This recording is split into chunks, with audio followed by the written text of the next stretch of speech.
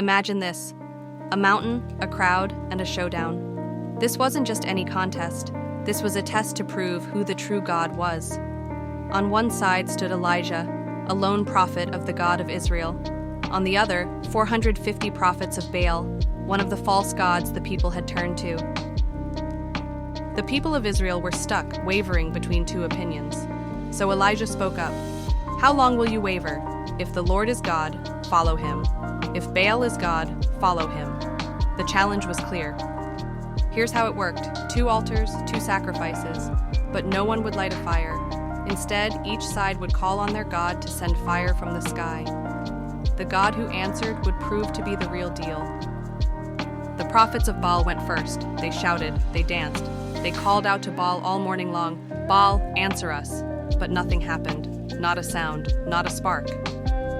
By noon, Elijah couldn't resist poking fun. "Shout louder," he said. "Maybe your God is deep in thought, or busy, or maybe he's sleeping." The prophets grew desperate.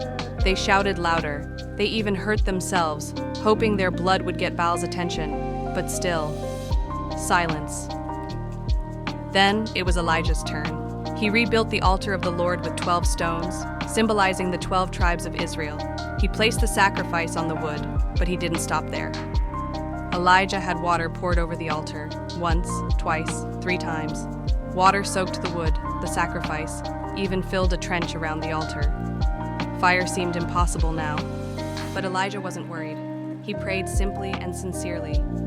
"Lord, let it be known today that you are God in Israel." And then fire fell. It consumed everything: the sacrifice, the wood, the stones, even the water. The people were stunned. They fell to the ground shouting, "The Lord, He is God, the Lord, He is God." In that moment, there was no doubt. The God of Israel was the true God.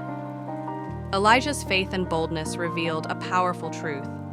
God shows up when we trust Him, even when the odds seem impossible. So what about you? When the odds are against you, who will you trust? The same God who answered Elijah is still at work today.